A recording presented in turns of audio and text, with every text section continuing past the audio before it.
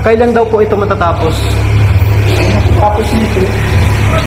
Update sa bahay ni Viancy. Naku nga, Kalingap Rob, nababagalan na. Ang tanong po, mga Kalingap, sino po ang may pagkukulang? Expected po, January ang lipat sa bahay. Ngunit February na ngayon. Ano pong problema? Malalaman po natin ang tunay na dahilan maya-maya lamang. Isa munang magandang araw at gabi sa inyong lahat saan mang sulok ng mundo. Special shout out po kay Ma'am Feby Manzano from Spain. Wow! Madam Mary Lou, Solid Edsy. Madam Gina Damgo from Manila. Kay Ma'am Rosie Paul, watching from Guagua, Pampanga.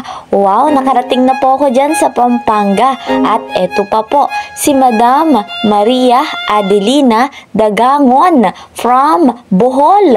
Eto din po from Bohol, Heliodora Humigo. At si Madam Julia Atienza from Batangas City. Ayan. At eto pa po, last na ito. Eto po si Ana Makilan from Bacolod City. Pareho po sila from Bacolod City. Si Jogi Sedonyo. Ayan. Special shout out po sa inyong lahat. Mega love shoutout naman po sa mga ka-member ko sa Karepa, Kalingap Reactor Partner, mga OFW, silent viewers dyan. Mega love shoutout po sa inyong lahat. Patuloy po nating suportahan ang lagi kong pakiusap, Kuya Val Santos Matubang at Kalingap Rob. Kasama po ng kanilang may bahay, Ate Edna Vlogs and Jackie Tapia. Napakabuti ng kanilang layunin sa mundong ito. Kaya naman deserve nila na suportahan natin para marami pa po silang mabigyan ng pabahay, financial assistance, scholarship. Ako naman po na inyong lingkod, Kalingap Kel, ay patuloy na naglalambing sa bago po sa aking munting channel.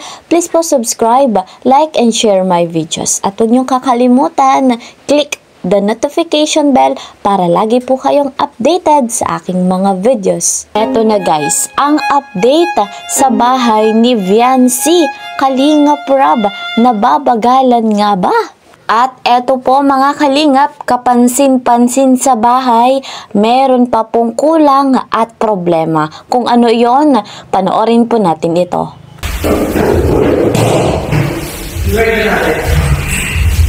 Dami pala. Ayan o. Oh. Marami yung hindi na grinder. Kitang-kita ba gano?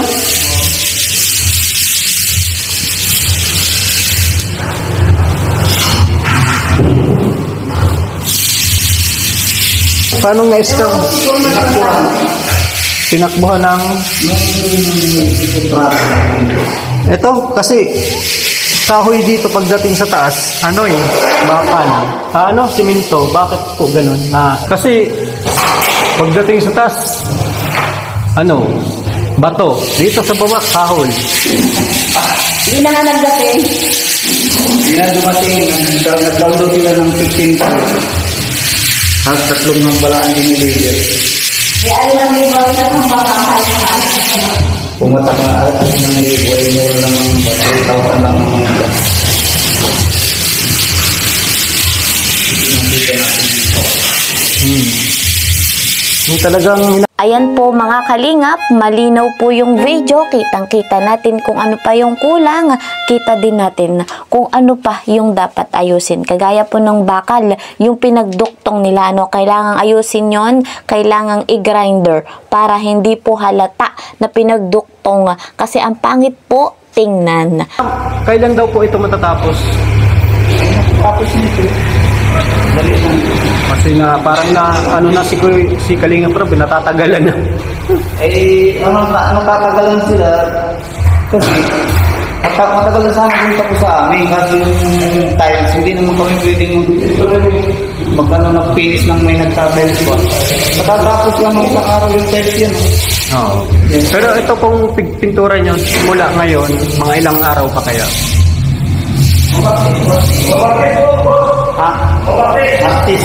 Martes. Tapos na po lahat?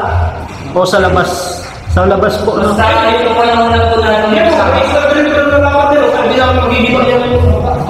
Wala ko naman spandrel. Tulad na, spandrel naman. Baka po bukas dumating na yung spanner kasi in-order ko na po. Kami kung nag-renegat pa kami ay halimbawa na ulit-ulit kaya kami may mga date tapos yung kalsang umulan, doon ang lang yun. Matapas na yun. Ulit sa kami mo. Naulit pa.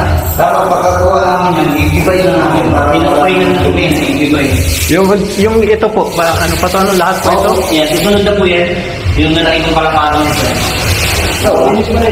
Ayan guys mga kalingap, this video is credit to the owner of Red Zane Vlog. Isuyuan nga po siya ni Kalingap Rob na i-check yung bahay ni Viancy kung ano nga po ang update na sapagkat nababagalan nga po si Kalingap Rob. Naabutan nga po nga nagpipintura na sa loob ng bahay ni Viancy. Ito po ay second coating na. Expected date ng lipat ng bahay ni Viancy kasama ang kanyang pamilya ay January. Ngunit February na nga po ngayon. Ang tunay na dahilan ay dahil nga po sa malakas ang ulan. Mahirap dalhin ng ibang supply na gagamitin nga po sa pagpapagawa ng bahay ni Viancy para tuloy-tuloy. At eto po, yung pagpipintura sa labas ng bahay ni Viancy ay hindi agad-agad matugunan dahil mahirap po kapag umuulan. Kailan nga lang po nagpakita ang araw sapagkat inaraw-araw ng umuulan. Dahil tapos na ang buwan ng January, expected ngayong February makakalipat na po ang buong pamilya ni Viancy sa bagong bahay. Napakaswerte po ni Viancy. Mula nga po sa mga iba't ibang bigating sponsor ay natugunan yung ganong kalaking bahay at sa tulong din po ni Kalingap Rob at ni Kuya Val Santos Matubang. Para naman po kay Viancy, kahit anong date sila lumipat ng bahay ay hindi naman po nagmamadali ang kanyang pamilya. Ganun naman po talaga si Bibi Viancy, napakabait na bata at kahit sa kabila po ng maraming nambabash sa kanya, sa kanilang love team ni Kalingap Edu, ang EDC, kahit maraming mga toxic supporters, kahit may iba't iba silang sinasabi, patuloy pa rin silang nagiging matatag. At eto nga po mga Kalingap, in-upload na kagabi ni Kalingap Rob. Sa hindi pa po nakakapanood, panoorin nyo po yung part 65.